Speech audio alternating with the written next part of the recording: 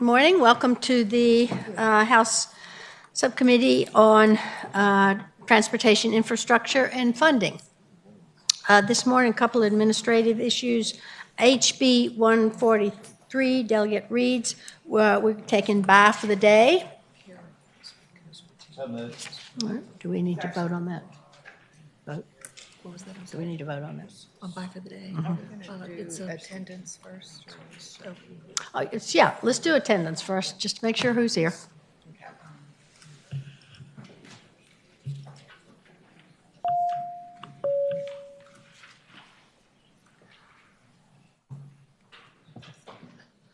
Thank you. All right. Going back to HB 143, back for the day. I believe that'll be a voice vote. All in favor? Aye.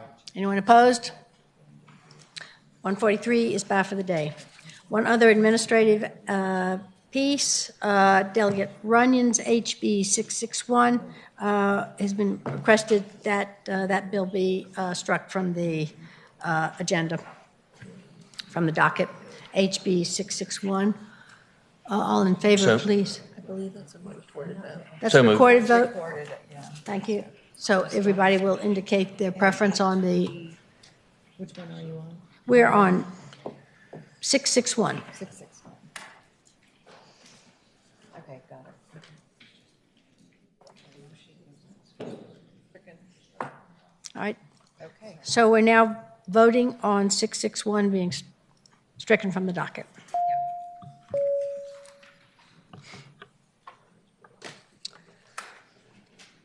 That vote is 7-0, so 661 is stricken from the docket. We will now hear HB 74, Delegate Reed. I believe you have an amendment to be offered. Yes, Madam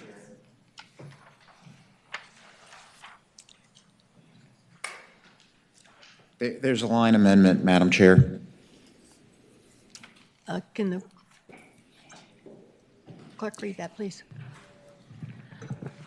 I think Madam Chair, the line amendment is available online, but it is on line 29 of the introduced bill after department. Strike the remainder of line 29 and all of line 30. Thank you. Movement to accept the amendment? Motion accept. All right. All in favor? Thank you. Delegate Reed, tell us about your bill, what it does, and why we need it. Yes, thank you, Madam Chair, and thank you, members of the subcommittee. What House Bill 74 does is that it allows for VDOT to be able to work with the local transportation officials to be able to provide a different definition for improvement to rural gravel roads. Right now, there are some jurisdictions that are interpreting this as the only way that an improvement can occur is if they pave the road. And there is the ability to be able to actually improve rural gravel roads with non-permeable roads to increase runoffs, to actually do other things, to be able to put down different aggregates, to grade it in a different way, to put other ways to actually address these rural roads. The other thing that I think is really very important is that as we look to be able to address kind of the issues with the Chesapeake Bay when we create impermeable surfaces with additional paved roads, then what we end up doing is actually having additional items flow down into the bay. So looking at ways to create non-permeable, longer-term surfaces actually is something that would be more important to not only maintaining the character of the rural roads, but also addressing issues with the bay and being able to create less expensive options for VDOT and localities to maintain these roads than just paving them. And so what the language does is it says that the localities working with VDOT can consider other options other than just paving. And then the last part that was struck was a part that was causing some confusion, so that's now out of the legislation. So that's what we're trying to do with this legislation. Thank you, Delegate. Any questions from members of the committee? All right. Anyone here to speak in favor of the bill?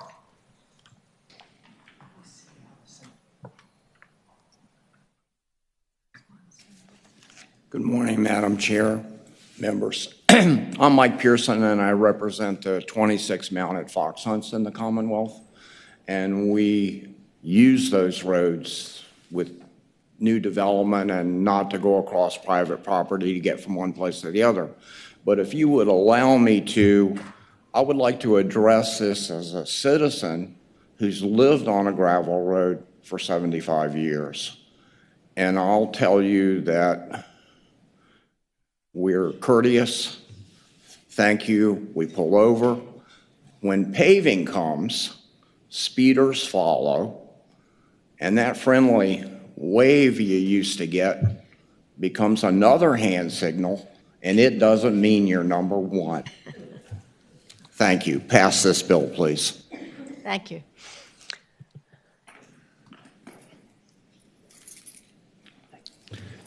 Madam Chair, members of the committee, James Hutzer, Virginia Association of Counties. We definitely had an issue with the first iteration of the bill and working with the patron, and we support the amendment and we support the bill. So thank you so much. Thank you. I believe we also have testimony from someone online, Emily Houston. No, she is not. She's not. All right. Thank you. All right. Anyone opposed to this legislation? Delegate Austin. Madam Chair, can VDOT speak to this issue? I mean, what is VDOT's position on this? I know we have a gravel roads plan in our funding stream. Are the funds going to come from that gravel roads fund to support this? Madam Chair, yeah, the answer to that question in short is yes. There is a special fund that's used. It's generally $25 million or less, up to $25 million that's allocated by the Commonwealth Transportation Board. In the past, these funds were only eligible to be used for paving. The code has begun to morph and allow for other improvements, and this bill just clarifies and adds a little more specificity.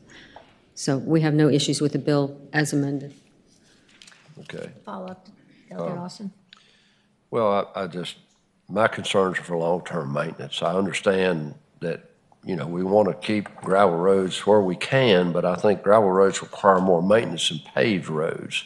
And snow removal and snow solutions for melting ice and snow are applied, and they really take their toll on the subsurface, and in particular, a permeable subsurface. And I think we're going down a path here that's going to only cost the Commonwealth more money over the long term in trying to maintain these roads. But I fully understand the patrons' concerns, and I support.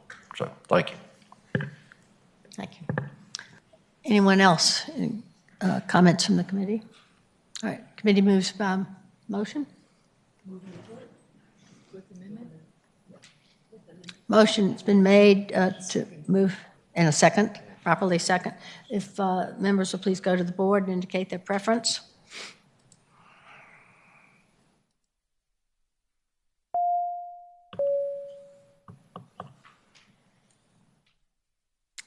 Delegate Reed, your bill reports 8-0.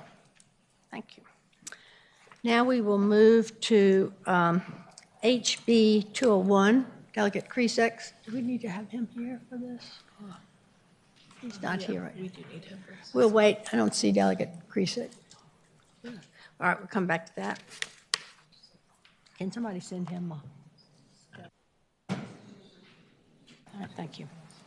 Next, we have HB 446 by Delegate Williams. I believe there's some line amendments to be offered. Yes, ma'am. I would like to ask the committee to move the line amendments. Do I hear a motion? Move the amendments. Second. All right. All in favor? All right.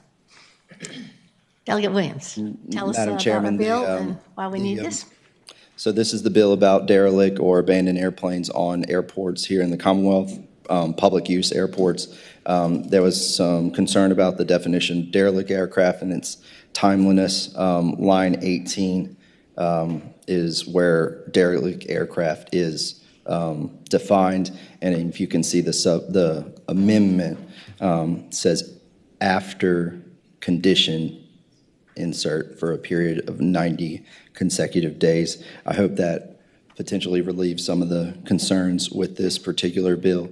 Also, The time limits on notifications and things has been extended to give an extra 15 days for individuals to come and claim the aircraft or to give notice to individuals about their aircraft being abandoned. There's also a placard that is stuck on the aircraft, and then eventually the aircraft can go to public sale at auction. Happy to answer any questions about this bill. Questions for committee members? Delegate Watts. Thank you, Madam Chairman. And I would say to the patron that I really appreciate the sensitivity about some of these notices. And we serve on Crim Sub together, and I know him to be a good lawyer. So, well, in concept, well, we all do the best we can.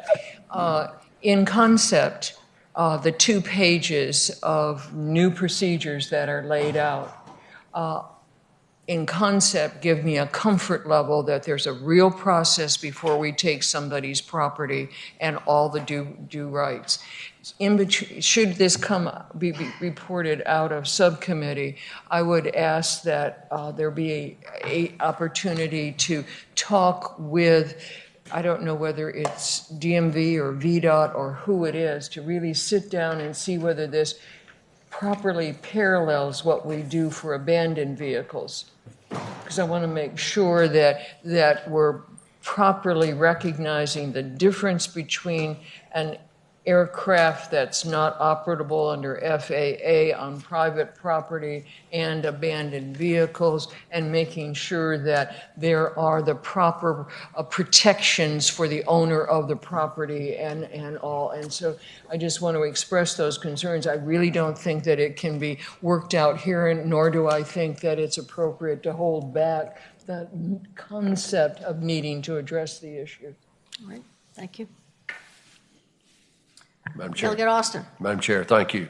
Madam Chair, I understand Delegate Watts' concerns, and I think probably the appropriate thing to do would be to ask that we carry this legislation over to give staff the appropriate time to look into it and to report back to the delegate, the patron of the bill, and let the patron amend if necessary to comply somewhat with what the processes are for abandoned vehicles, and bring the 2 parallel into law, and then bring it back before the committee. Madam Chair, Delegate. I'll speak to the DMV issues. Yes, sir. I don't know how many other lawyers here practice trailer park law, but I do, and I've removed a ton of vehicles, campers, trailers, and mobile homes. There are a number of processes in the code section that allows you to do that. The easiest one is the removal of personal and tangible property, meaning cars, and we do that through the DMV. The DMV is here today if you need to ask questions. The longest one is the removal of mobile homes. That takes almost 6 months of notice. So this hits in the middle between the two, and it's complicated by the fact that the federal government is involved in this particular issue. But again, DMV is here to speak with it if you're interested. I would really like this bill to go through because there's a number of aviation individuals that are having problems with wrecked airplanes sitting on the side of runways, and we can't move them. So this would help us get rid of it. So, Madam Chair. Yes, I'd like to point out that this has been carried over for 1 week, and I heard the urgency of our attending to this. Delegate Austin. Madam Chair, can we hear from DMV? Is DMV present? she's coming up.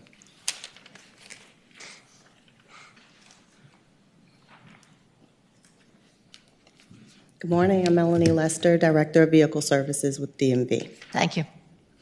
We have reviewed the bill, and it appears that that there's a clearly, what we look for in our abandoned vehicle process is that there is a clear, defined definition of what abandoned is. That's the first piece. And we also look for who can utilize the process. It appears that that has been covered in this particular bill too. The time of the process and the security in that process is making sure that the rigor is applied to who's the lien holders, what are the security interests, who are the owners of the vehicle, and the proper notifications are done, and time is allotted from the time of that notification for people to claim their property. And then the process is from there up to the point that you can claim title to the vehicle to be able to remove it. It appears that those items have been cared for in the current drafting of this bill. Happy to answer any questions you have. Thank you. Madam Chair. We have, all right, follow-up, Delegate Austin. I'm sorry, you have someone else. Delegate Anthony. And we Go right come back ahead. Yes, ma'am. I Yes, sir. apologize. Thank you, Madam Chair. I just wanted to ask the patron, has this been vetted by the Virginia Airport Operators Council? Madam Chair, I would answer the question. They wrote the bill. They brought the bill to me. They helped me edit the bill. So is the DOA and the DMV and anybody else related to aviation in the Commonwealth has looked at this bill. I hear that this is a priority, the Aviation Caucus. I agree. Delegate Austin. Madam Chair, thank you kindly. Madam Chair, I think we've heard clearly from the DMV that there's compliance here and there's a process by which to move this forward. This is good legislation. There are abandoned aircraft sitting around airports all over the Commonwealth of Virginia that are no benefit or no value to anyone, and they make our airports look not clean and somewhat trashed up. So I think the delegate has done his due diligence here. I think we've answered Delegate Watts' concerns. So, Madam Chair, I'm fine. Thank you. Thank you. Any other comments from committee members? Anyone in the audience to speak in favor of this bill? Anyone? Secretary Jones. Madam Chair, Rachel Jones, Deputy Secretary of Transportation. We want to thank Delegate Williams for his leadership here and just to see how quickly all the different parts of folks who are working on aviation, but also the DMV and many others, have put some really quick action here to kind of find something that we think really will provide some relief, especially for some of our airports that maybe aren't the big ones that you're buying tickets on, but really are important to our overall aviation system. And so we strongly support this bill and happy to continue to work with you guys to make sure that this becomes law and we have a way to deal with derelict aircraft. Thank you. Thank you. Anyone else in favor, to speak in favor? Anyone opposed to this legislation, HB 446? All right, committee moves by. Madam Chair, I move to report. Second. With amendment, as amended. Second, all in favor? All right, we'll go to the board, please.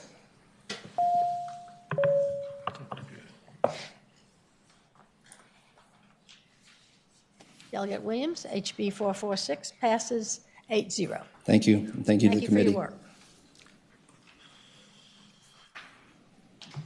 your work. Next, we have HB 793, which is going to be incorporated into my 1071, and I'm going to let Delegate Reed take over while I present this. First of all, I think we have to have a motion and second to incorporate 793 into 1071. So moved. Second, is that a voice vote? Voice vote. All those All in favor? All those in favor? Aye. All those opposed? Okay. So we'll now move forward with Delegate Carr and House Bill 1071 with House Bill 7093 incorporated. Delegate Carr. Thank you so much. 1071 is a follow-up to my HB 1903 from the 2021 session. This gave localities the authority to lower their speed limits to 15 miles an hour. Some localities have not been able to implement this statute since a section of the code empowered VDOT to deny such requests from localities. HB 1071 simply clarifies this section of the code to reinforce the original legislative intent. I would like to move the substitute, which provides technical clarity in the event a locality would like to restore the original speed limits. Substitute? And is there a second to? There's a second. All in favor of the substitute, please indicate by saying aye. Aye. All opposed, nay. Okay. Delegate Carr, are you done with your presentation? Yes, sir. Okay. Is there anyone here who would like to speak in favor of the legislation?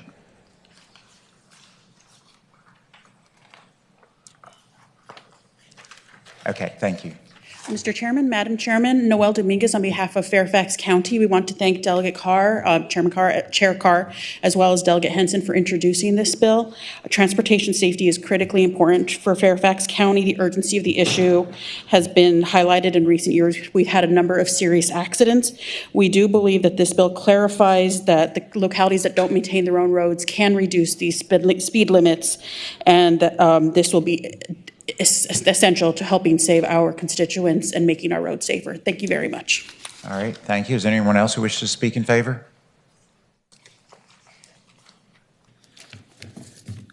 Madam Chair, members of the committee, James Hutzer, Virginia Association of Counties. We want to thank Delegate Carr for patroning this beautiful bill.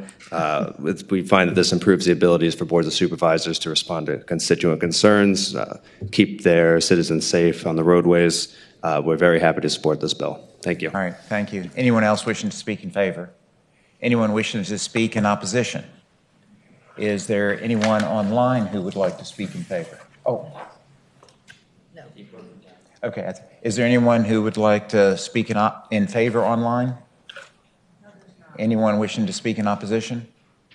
Okay, thank you. Questions or comments from the committee? Mr. Go Chairman. ahead, Delegate Wyatt. Thank you, Mr. Chairman. And yes, we've seen this bill a few times in the past, and I would question VDOT, a question for VDOT. Do your traffic engineers have some concern with localities? And more than once, we've set up meetings in my localities with you all due to a fatality on the road, trying to reduce speed limits from 55 to 45. And you all have graciously accommodated a lot of the local folks as well. But what will that cause some angst amongst the VDOT engineers if localities are now because I can see all of them taking advantage of it, even if they get control of the localities, we could maybe, I don't want to use the word abused, but we could see a lot of localities go down this path. I know the folks on my board of supervisors in my districts would probably pursue this as well. So what is VDOT's opinion? Madam Chair, Joanne Maxwell from VDOT.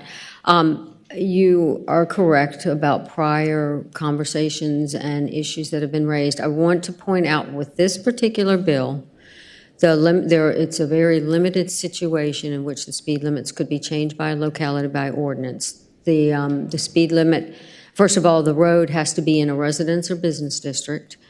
The road also can be no more than 25 miles per hour when they start. So if it's a 30-mile-an-hour road or a road with a 30-mile-an-hour speed limit, this provision would not apply. But for roads within residence and business districts, this bill would allow a locality by ordinance to reduce the speed limit down to 15 and no more. We have over the last year or two heard various and numerous complaints regarding localities and streets in roads in those residence and business districts where there have been issues and incidents. And frankly, we've found that there's probably not an engineering study or way to really assess reduction of the speed limit in a 25-mile-an-hour zone down to 15. And so given the demand and the input that we're hearing from localities, VDOT has we've worked with the delegate to remove some technical issues associated with this bill. But again, we're relying on the very limited nature of the bill. And basically, we're not technically taking a position on the bill, but we've attempted to fix some technical issues and worked with the delegate to do that. Thank you, Ms. Maxwell. Are there any other questions from? Follow-up question. Okay, yes, go ahead. Follow-up question. And thank you for that. I see, I guess, a lack of enforcement. I guess also, in these conversations that you all have, is it folks that are traveling in a posted 25-mile-per-hour speed limit zone, are they traveling faster than the 25 miles per hour, and could it maybe be mitigated through increased enforcement in those, with those conversations that you have been having with those folks? Madam Chair, I'm not sure. I don't have statistics as to the speeding. Or I think one of the philosophies is that when there are incidents, if you reduce the speed of a car, there's a lesser likelihood of fatal injury, severe injury to pedestrians, et cetera. So we've not necessarily gotten statistics about speeding, and this may not necessarily be an issue about just reducing the speed limit for purposes of compliance, but rather to reduce the speed limit itself, the speed limit per se. I don't know if that makes sense, Madam Chair, but I hope I've explained that. Okay, thank you, Ms. Maxwell. Are there any other questions from members of the committee? Anyone else wishing to speak from the committee? All right, the committee operates on motion.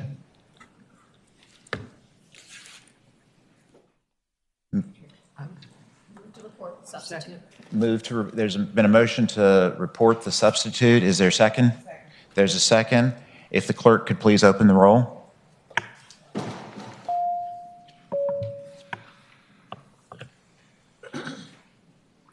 Okay, Delegate Carr, your House Bill 1071 reports with the substitute by a vote of 6-2.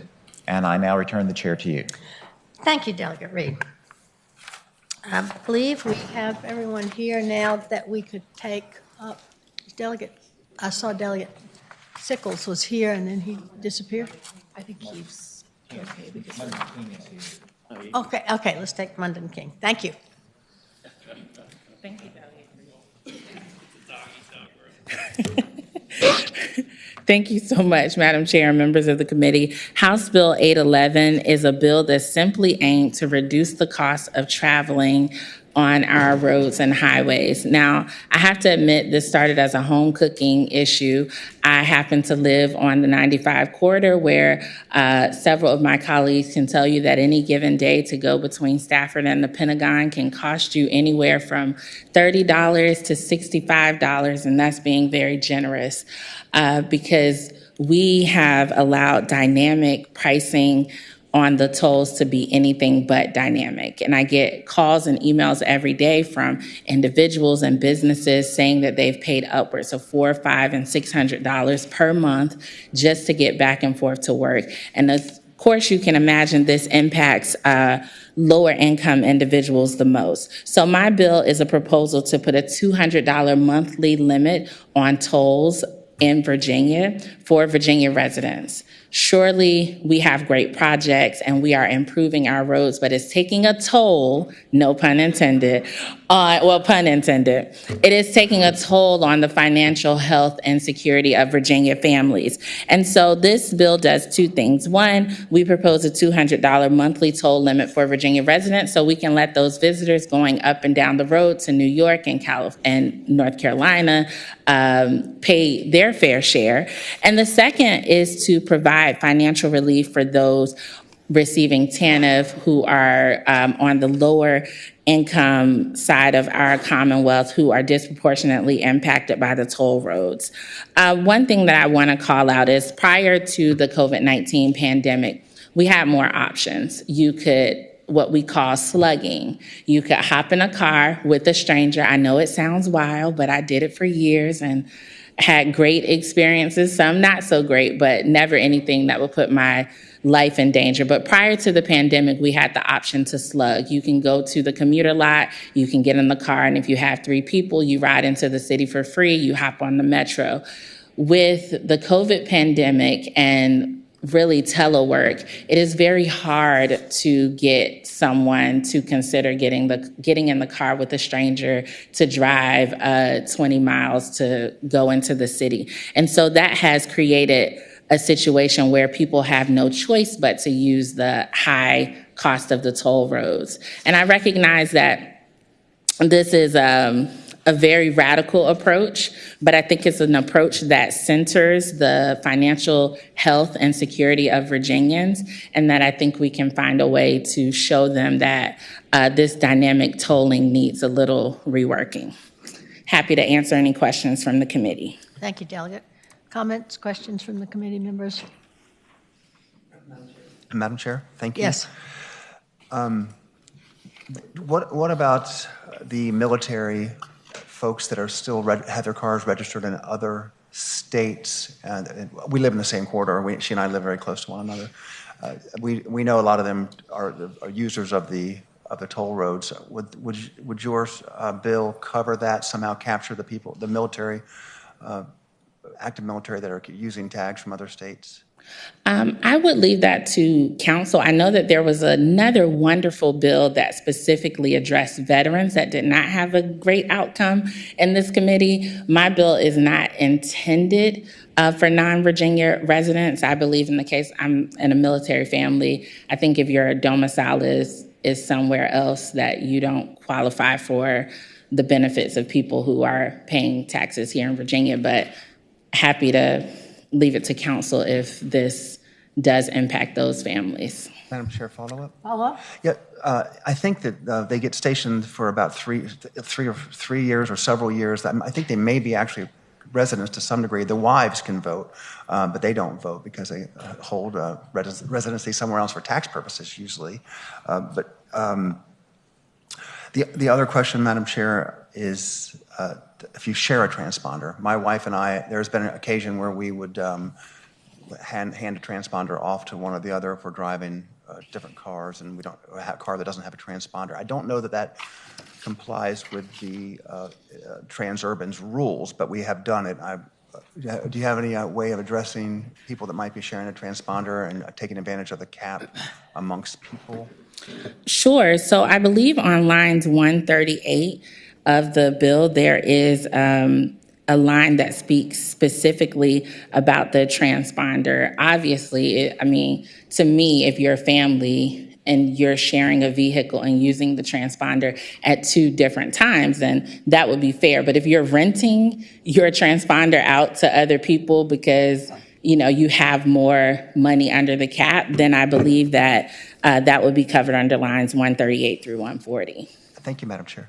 Thank you. Delegate Glass. Thank you, Madam Chair. I think just processing back to sort of the conversations we had respectively with the veteran piece. So if I'm understanding correctly, these folks would receive a transponder, and once it reaches its limit, I guess what I'm struggling with in theory, I'm with the idea, but in execution, I'm still I'm not sold. Or can you explain the execution piece of how we would know who are the TANF folks, who's managing that, and from there? So, and I don't want to, Madam Chair, I don't want to get ahead of, I believe there are folks here from the companies who actually own the roads who can speak to the actual, how this is actualized. But in other states, there are already carve-outs for veterans. So I know that the technology does exist. So when you reach so I've had meetings with the company that manages the toll system in my community, and they've said to me that, by their estimation, it's a lot lower than $200 per month. And so I think that this is within what they say is the average, so it shouldn't be that difficult to calculate, but I think that they can better speak to the actual how. And I would also say, Madam Chair, that the companies that manage the toll roads have made a lot of adjustments over the years, so I'm hopeful that they can use their technology to make this program effective as well. Delegate Glass, follow-up? No, Madam Speaker. All right, thank you. Delegate Austin.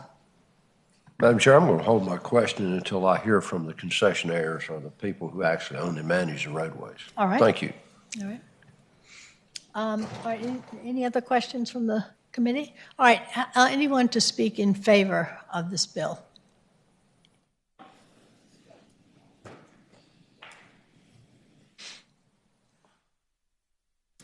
Yolanda Green. I am a resident of Prince William County, and I just happened to be in the room, so I thought I would stand up because I used to pay $872 a month to go from Prince William County in Dumfries to go to my job in Vienna. So that is one of the reasons why I am no longer doing that job, because I was driving 3 days, and this was 3 days a week, going back and forth. And I was going early in the morning and trying to get home until they told me I had to wait till after 4 o'clock, which is, of course, when it starts to go up. So I just wanted to say I am a witness, and I have gone through that of having to pay a large amount of money. Thank you. I believe we have someone online. Galen Conway, you connected in? Yeah, thank you. Yes. Galen. Yes, my name is Galen Knoyton. I went to Virginia NAACP, and we strongly support this bill. Thank you. Thank you, Ms. Knoyton. Anyone else to speak in favor of this bill? Anyone in opposition?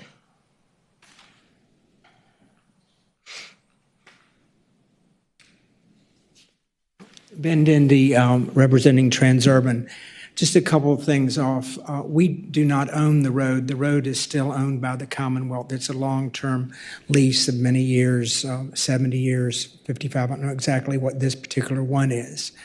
Additionally, you should note that there is a free alternative right next to the express lanes. So you have a free alternative, and all that's happened for the free lanes is that there's less traffic in the free lanes. So for every paying customer, it improves the experience of in the free lanes. And that's the reason that our polling data shows that 70–80% of the citizens in Northern Virginia find the express lanes to be a good development, whether or not they actually use them. If you put a cap on it, it would totally destroy your dynamic tolling. For instance, on 95, prior to the express lanes, they were only HOV lanes. So to be able to do express lanes, we have a contract with the federal government, Transurban does, that you have to maintain an average speed of 55 miles per hour to be able to have express lanes. So the only way you can do that is to increase the tolls until people get off of the express lanes.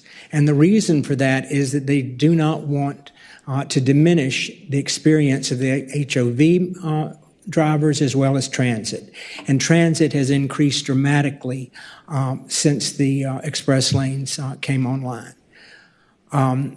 If you do a $200 cap, the tolls would have to, if it were possible, the tolls will increase for all the other people, because somehow you're going to have to increase them to a point that you generate the revenues or that you get people off of the express lanes.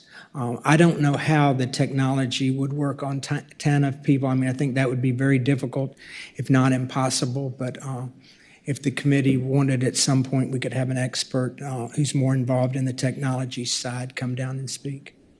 Thank you, Mr. Dindy.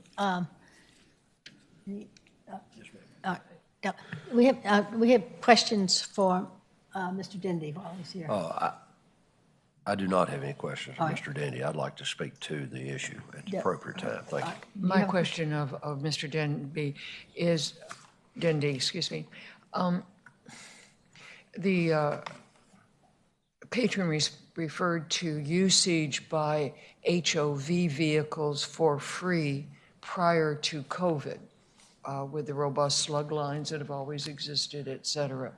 And my information from pre-COVID was that over half of the drivers on the express lanes were driving free, were riding free. No, I said drivers. Half of the people on the express lanes were riding free because they were either in a HOV3, a van, a express bus, et cetera.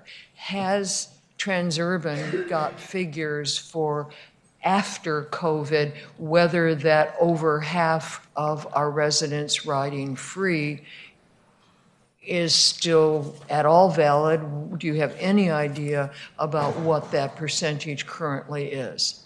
I believe, and I can get back with you, but I believe it is over 50%, and the usage of buses has dramatically increased. As you know, some of the funds from the express lanes go to the Commonwealth for transit, so it has continued to increase. And all the figures that I've seen say that a majority are free, but I'd have to confirm how recent those figures are. Thank you. I would appreciate those updated figures. Thank you. Delegate Austin. Yes, Madam Chairman. I appreciate the patrons bringing this legislation, but I think it's a very, very complicated situation when we start conceding to individuals when there are alternative methods or modes to get there, and that is the parallel highway. This road was contracted and contractually built, and it's a land lease from the Commonwealth of Virginia over an extended period of time until the debt is satisfied for the construction.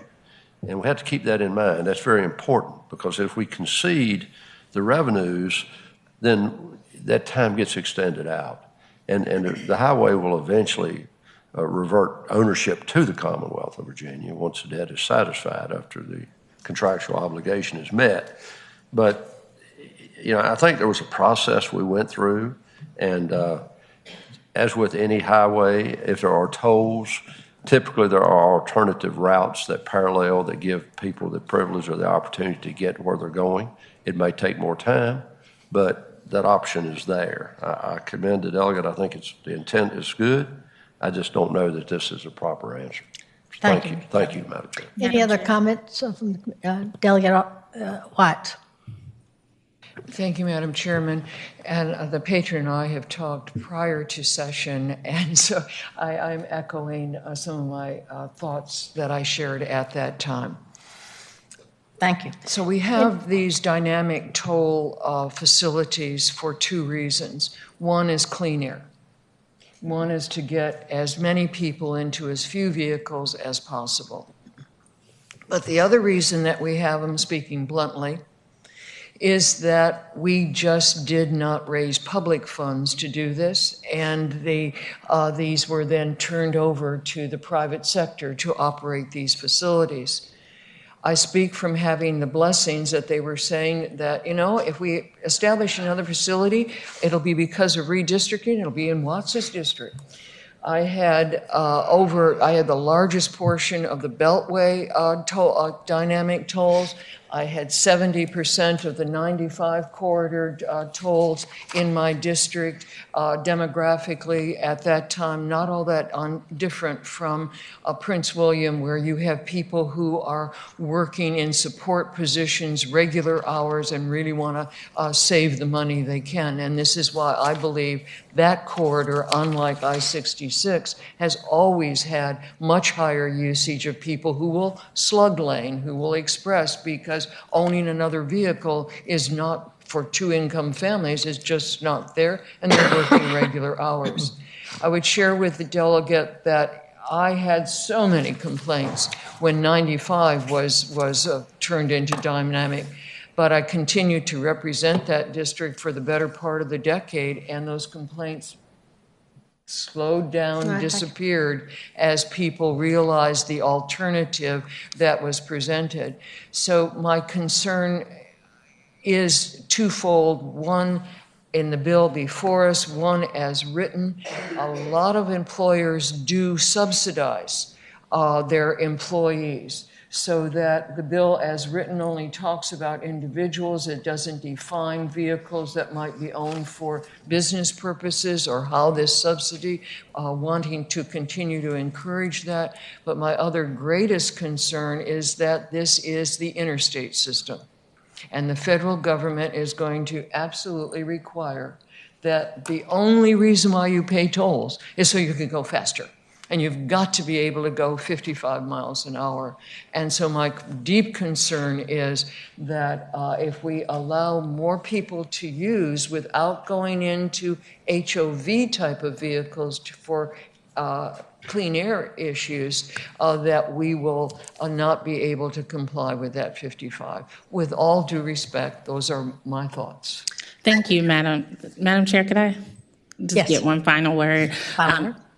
Thank you. I hear all of the concerns, and I know that this is not easy, and I really appreciate it. I just want to sort of close on two things. The company that is managing and leasing the roads right now, and I've worked with Mr. Dindy and with the company to try to find alternatives to this, but the company managing the roads right now had a profit of $92 million last year. So if this were to move forward and go to appropriators or whatever the venue might be, I would just like it to be known that to increase the price because you're bringing some relief to those who need it would be a policy choice, and it would be a corporate choice by the company that made $92 million in profits last year. So I just want to clarify that. And then to the other point is that as working families in particular,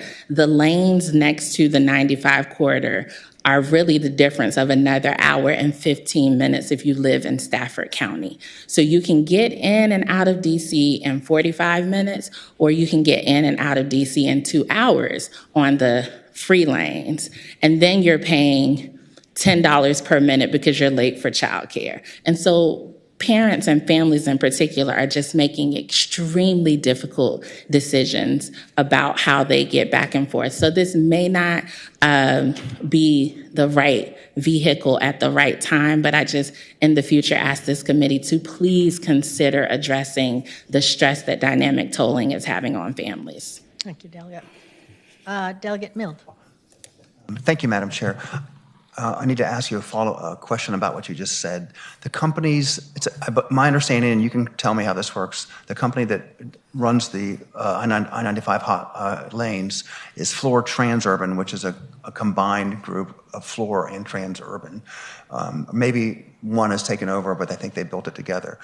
I believe they're an international company, maybe based out of Australia. So when you say their profits were $92 million, are you speaking about their profits worldwide? And are you speaking about the conglomerate that runs those lanes or one of the two partners? So I am speaking about the profits that were reported in 2022. And Madam Chair, I'm sorry. And I'm sorry, those were the U.S. profits, it appears, because worldwide, the profit, I believe, was $1.2 billion. Madam Chair. So the company's name, can you tell me the name of the company you're referring to? Is it which entity? The company that manages the 95 tolls, I believe, is Transurban. Just Transurban. Okay. Thank you, Madam Chair. Thank you. Any other questions from the committee members? Anyone in the audience? Yes, Delegate Mr. Dindy. I'm not familiar with those figures, but I don't question them. But I think it's important to know that when the Commonwealth signed this long-term agreement, it's all on Transurban. So no figures were presented about what the profits were during COVID. And the business dropped down to 20%. And they went, they were losing money. When 495 was initially built, the early days were difficult because you had an economic downturn. If the Commonwealth had financed that project, it would have fallen back to them. But Transurban had to refinance it and take quite a large haircut. Same thing happened with the Pocahontas Parkway. So you can't just take 1 year and not look at what happens over the long term. Thank you. Any other questions? All right, any other comments from our audience in terms of opposition? All right, committee moves by motion. Madam Chair, I would move that we lay this bill gently on the table. Second. All right, there's a motion and second to lay the bill gently on the table. All those in favor or not, please go to the board.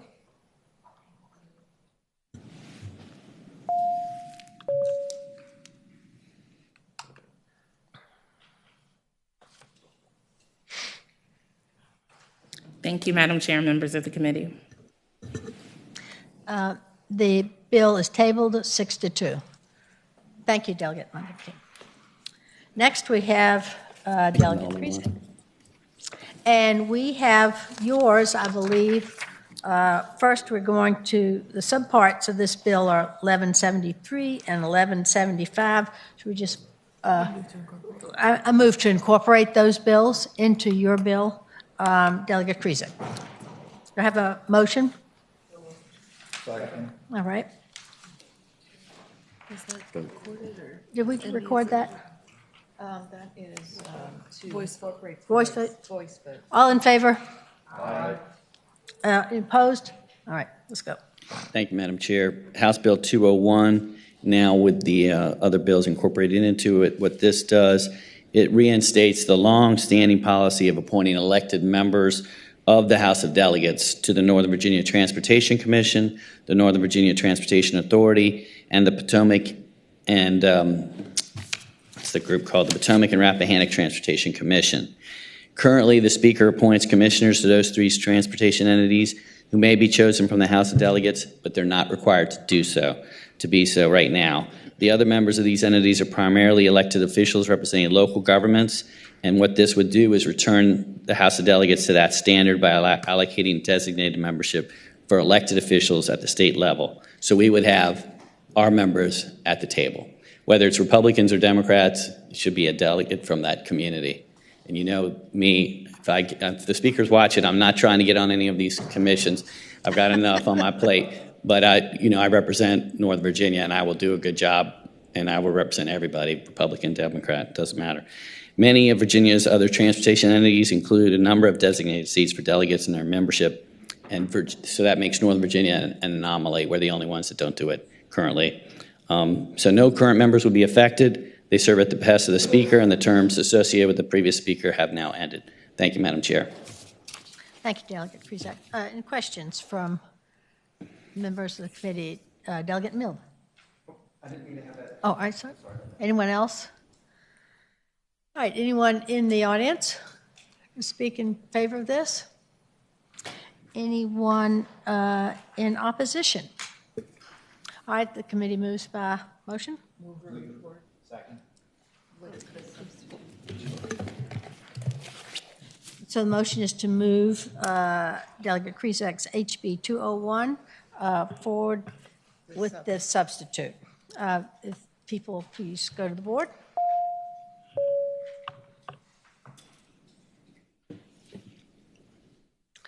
Delegate Kresek. Thank you, Madam Chair. Thank you, committee. Madam Chair, can I now nominate Delegate Kresak? to all of those. All right, then we have, I told him that, we weren't.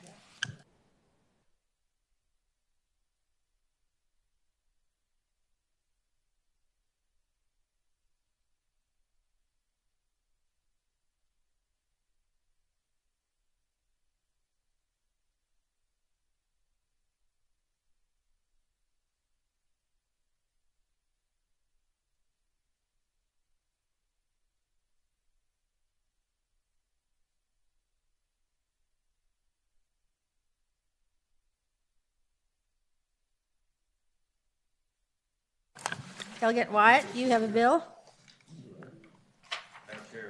HB 1109? Madam Chair, you want to go from your seat or up front? What? Where would you like here or up front? You can do it here.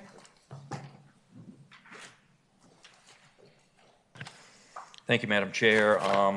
Bill you have before you is House Bill 1109. House Bill 1109 currently for unpaid tolls, folks are required to send certified mail due to the modernization of many carrier services and mail services.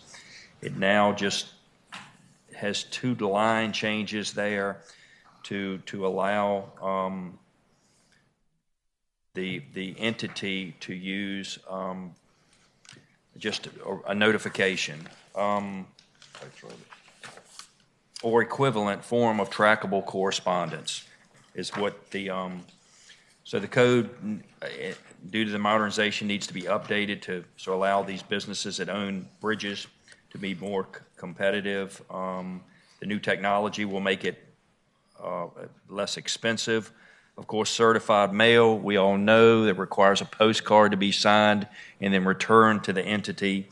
So it's now that even the U.S. Postal Service allows a trackable, notified via a text message or email that can be generated to the entity that is called trackable mail, is what the service they now provide. And I do think there is, or should be, folks online that represent the industry that would like to speak for this bill. I see Mr. Addison Smith. That's right. Go ahead. Thank you, Mr. Madam Chair, thank you. I'm Addison Smith. I'm here on behalf of United Bridge Partners. We represent the South Norfolk Jordan Bridge. As Delegate Wyatt says, this is just a minor change in the code to allow more efficient uses of trackable mail for when we send someone a notification that they, owe us a fee for going over the bridge. There's many more options since this code was done, so this basically just updates that. Thank you, Mr. Smith. Any other comments from the audience? Any opposition comments from the audience? All right. Madam Chair, move to report. There's a second? All right, let's go to the board, please. Register for 1109, your preference.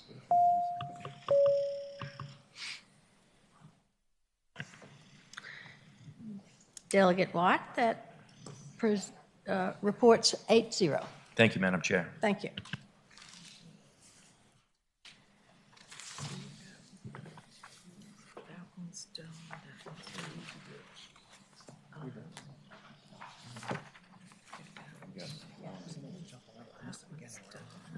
All right, there's one administrative action that we need to take care of. HB 1543, Delegate Tran asked to have this laid on the table and then pass by with a letter. You need a motion? I move to lay House Bill 1543 on the table and respond with a letter. Second. All right, that'll take a recorded vote, please, on the board. Table, right? Yes. Got it.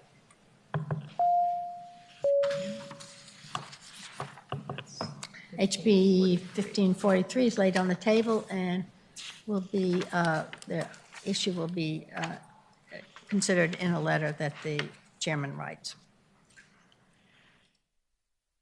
We have Delegate Austin, your 1425. Yes, ma'am. Thank you, Madam Chair. Madam Chair, I'm carrying a bill for the Virginia Rail Passenger Rail Authority. HB 1425 exempts the Virginia Passenger Rail Authority from statewide uniform building code and the Fire Protection Code Act. The purpose of this is to give the VPRA the clarity it needs as it advances critical rail infrastructure projects, including the Long Bridge, Alexandria 4th track, and the Franconian bypass. The building code and fire codes do not contain bridge and tunnel design and construction standards. However, the bridge and tunnels do fall under the definition of structures, according to a formal Attorney General's opinion. HB 1425 clarifies that VPRA tunnels and bridges are exempt, receiving DGS and overseeing standards meant for occupying buildings. This exemption is already granted to VDOT for similar reasons. The VPRA will still be required to develop rail standards in consultation with the State Fire Marshal, as well as provide the office with an annual report. I hope it's a pleasure of the committee to report the bill. Thank you. Thank you, Delegate Austin. Questions from committee members? Anyone in the audience to speak to the bill? Anyone in opposition? All right, committee moves by motion. Move to report the bill. All right, let's go to the board, please. 1425, please indicate your preference. Delegate Austin, your bill reports 8-0. Thank you, Madam Chair. Yeah, I told him.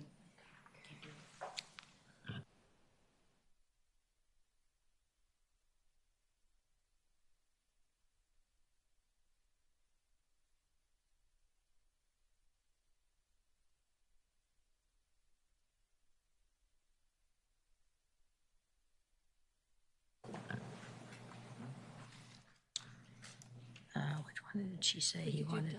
Read, or we could do this. Yeah, let's do the Stream of Austin's ones. Are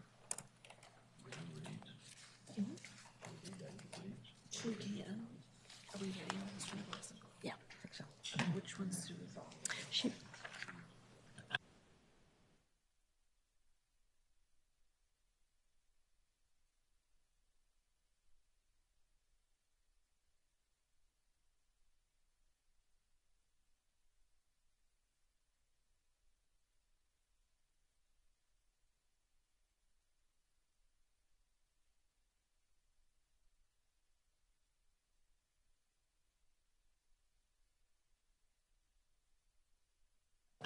all right, Delegate Srinivasan would like to strike HB 1510. A motion on that? Madam Chair, I move we strike House Bill HB 1510. Second. All right, all in favor, please go to the board.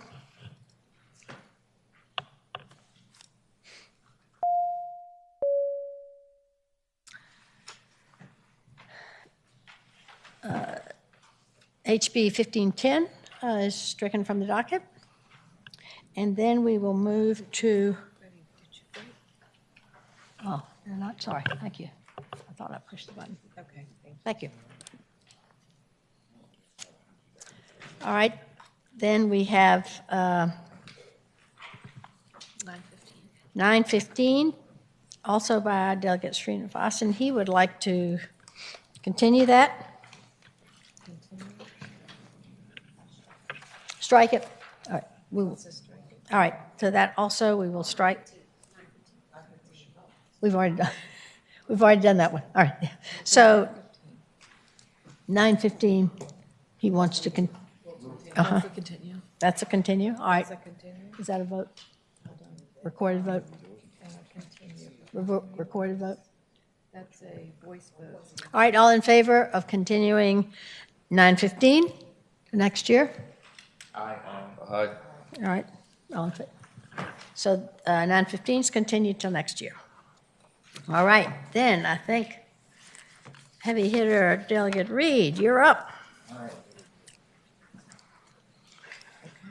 I'm going to come down here so I can actually see you when I'm talking. All right, that's good.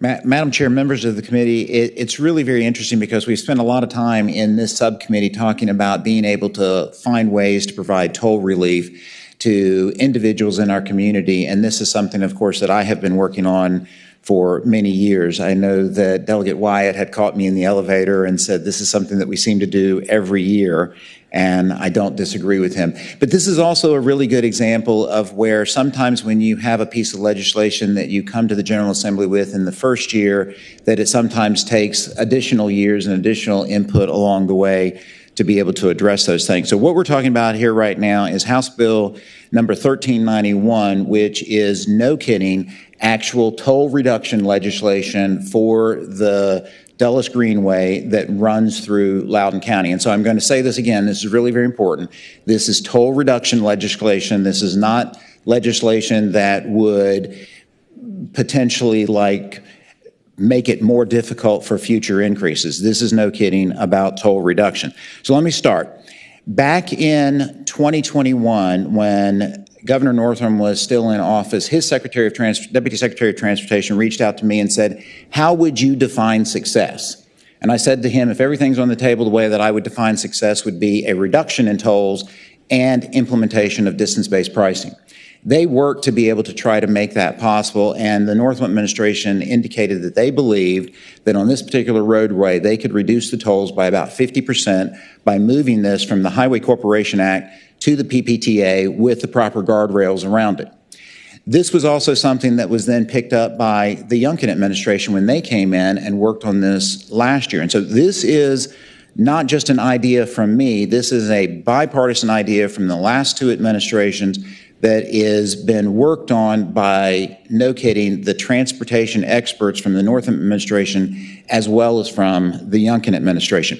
Now, over the time, what has happened is we have folks in Loudoun County elected officials who have concerns. They brought up those concerns, and this piece of legislation now addresses all of those concerns that have come up over the last many number of years. So first of all, let me draw your attention to line 18.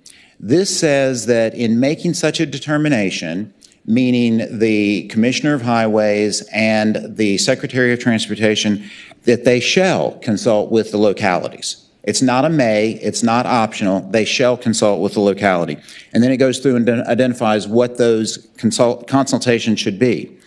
Then later in this section, it clearly defines what is in the public interest. We know down here that the term being in the public interest is a term of legislative art that is understood to be that you have a fiduciary responsibility to be able to do the right thing for the Commonwealth and for the people. But to address their concerns, this now identifies that it shall be in the public interest a minimum of a 25% reduction in tolls across the entire roadway, the implementation of distance-based tolling, because right now, whether you go one exit or you go to the other end, it's $5.80. And what we want to do is we want to be able to move towards a model that says that if you go to the first exit, it is, let's just say, $1, and if you go all the way to the end, it's $4 or $5. So it requires that to be done. And here's another important thing. It's like this reduction of 25% has to be done based upon the tolls at the end of 2023, which means a reduction from the $5.80 by 25%, not the 40% toll increase that is currently before the State Corporation Commission, because that then makes the $5.80 go up to $8.10. So this is saying that it has to be a reduction in tolls from the time at the end of 2023. And the other thing that this requires to be in the consideration is the economic benefits for the locality, because right now, Loudoun County is spending taxpayer dollars to develop alternatives to the toll road, and we have a sunk cost there that needs to be used more, and we can incentivize that by reducing the tolls. So that's the first part of it. One of the other issues that has come up with the county in the years past is there's been a concern because moving it from the Highway Corporation Act to the PPTA means that the road would then become an asset of the Commonwealth, and the locality would lose $1.9 million in revenue. So the way that this would be addressed is that the Commonwealth would hold the locality harmless, and there's 4 different ways that new revenue could be provided to be able to address this. One is if we as a General Assembly pass skill games, then skill game taxes coming from Loudoun County would use to make them whole. This would be new. If there is a casino or there is a sports arena that is approved in Planning District 8, then revenue from that would then go to address this lost $1.9 million. I will tell you in all honesty that this is an idea that I picked up from Senator Lucas, who has been saying that it's like if there is going to be an arena in Alexandria, she wants toll relief down in the Portsmouth-Hampton Roads area. I've taken that idea that she's talked about and put it in workable legislation. And then the fourth way would be to actually draw from general fund surplus. So that addresses that particular concern. And then in Section D, as we get into the discussion about what are going to be the actual business terms, once again, the mays have been removed. The ambiguity has been removed. This actually says that shall be a 25% reduction in tolls. It says again that it has to be a implementation of distance-based pricing. It's got to be beneficial to the commuters. And the other thing is that this puts in place, because again, the county has asked for ongoing discussions. This puts in place at least triennial discussions with the PPTA steering committee to have ongoing discussions about how to further reduce the tolls or remove the tolls altogether. And I'm not putting parameters on what those discussions would be because those individuals might be able to come up with something much more creative than I'm able to do. And then one of the last things on here is that there's always this ongoing concern about what's going to happen to the debt that has currently been incurred by the private company. This specifically says in line 44 that there is a prohibition on the Commonwealth assuming any of that debt.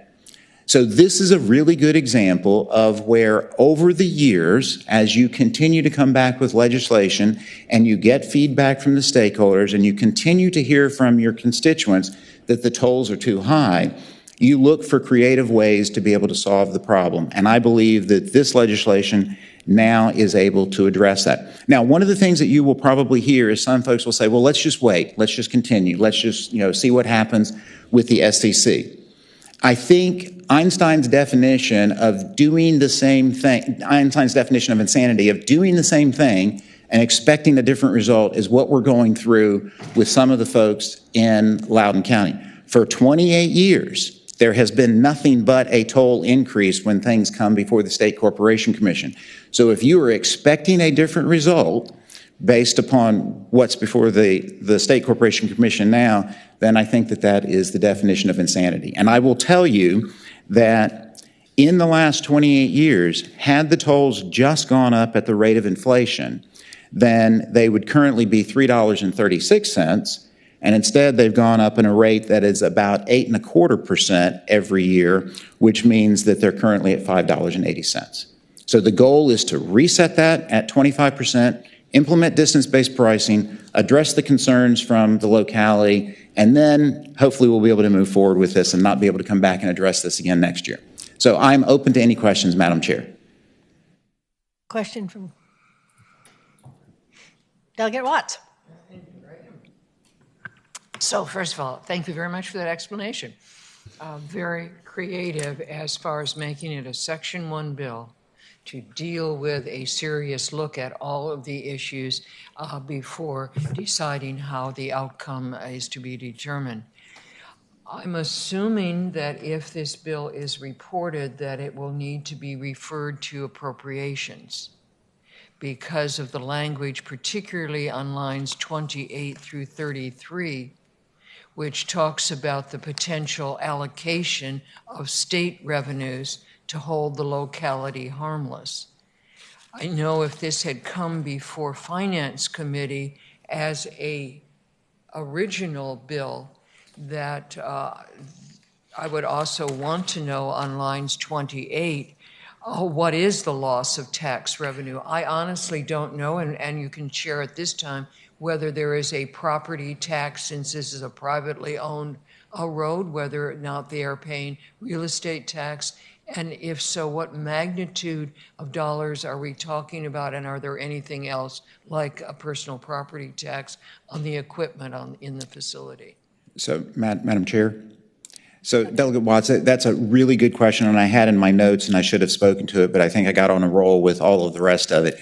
It's $1.9 million per year. So, in a county budget of about $4 billion, if I'm doing my math right, it's 1/2000%, but it's something that has been a sticking point for the county for now several years.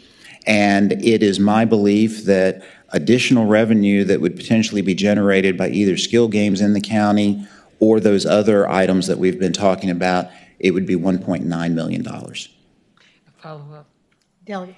I thank you for that number. It does put a good perspective on it, but I'm still assuming that appropriations is going to want to look at this Section 1 bill and see if they want to soften the specificity of what is required under lines 28 through 33. Madam Chair, as a member of Appropriations, I would assume no less. Thank you. All right. Thank you, Delegate Watts. Any other comments? Not at this time, Madam Chair. All right. Anyone else? All right. Anyone in the audience to speak in favor of Delegate Reed's 1391? Anyone to speak in opposition to 1391?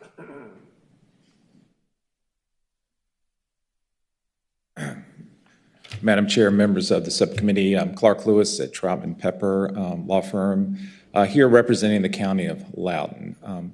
As we indicated to the delegate last week, we appreciate some of the suggestions in his bill, but we must respectfully oppose the bill at this time.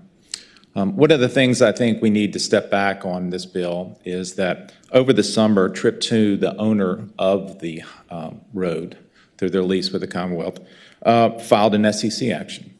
The SEC action asked for toll increase, as Delegate Reed has stated, and their increase was for $5 to $8.10 for high peak tolls, and for $5.25 to $6.40 for lower peak times. Over the past few months, there have been a public hearing, a telephonic public hearing, and written statements with, I believe, the trial to take place in the February 28, 24 timeframe. So what is going on right now is that you would think that this Highway Corporation Act is this stale piece of legislation that the General Assembly passed. It's a very vibrant, active, and inquisitive process to the propriety of tolls in a public and transparent nature to see what is the appropriate process and toll for the citizens that really use this road in Loudoun County. We heard some concerns of earlier delegates and presentations, and I'm a supporter of the P3 process. But as these roads go on, people want to know, well, how are these tolls arrived at under these P3 processes? The Highway Corporation Act, which this bill seeks to take the Trip 2 program away from, will put it in that same bucket. So 5 years from now, 10 years from now, 20 years from now, I don't know where I'll be, but the tolls will still be going on. How will people challenge them then?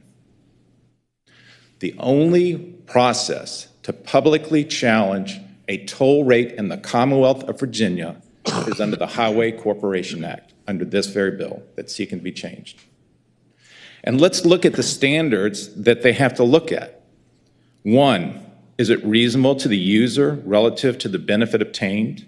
Two, will not materially discourage use of the greenway, which means cause a degree of traffic by 3%, a decrease in traffic by 3% or more, and provide three, Trip 2 with no more than a reasonable return.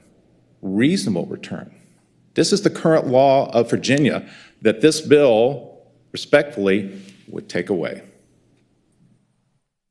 Now, there was some discussion about distance-based toll.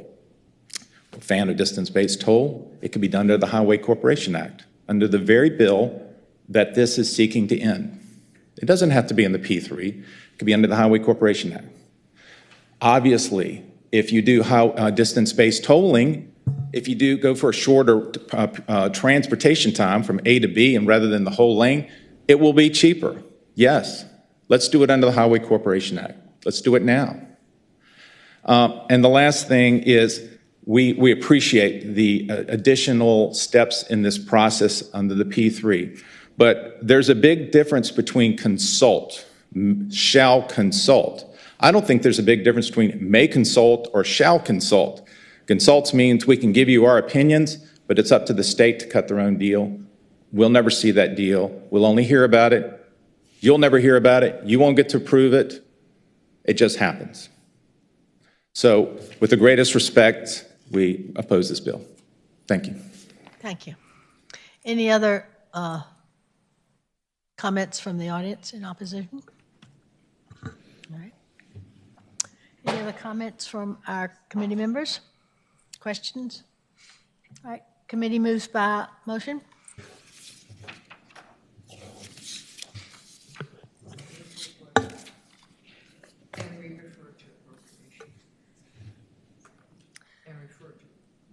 All right. Motion is to report and refer to appropriations. All in favor? Is it second? Is there a second? Yeah. All right. Let's go to the board, please.